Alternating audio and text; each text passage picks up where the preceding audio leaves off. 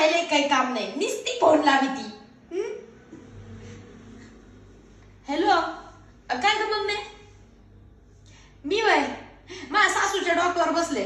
अगं बाई भांडे घाशीते, कबारड गेलं कपडे धुवून खटल्याचं काम आहे बाई. तुला माहित नाही का किती काम असतंय मला?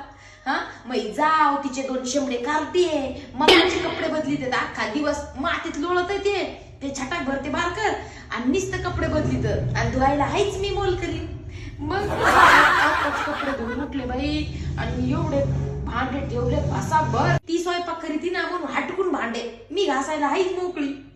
मग म्हणून रोग आला बाई ना, कमर दुखत आहे. मी बसले किचनवर, म्हणलं इथं बसून आपलं ना निवांत काम चालू द्यावं.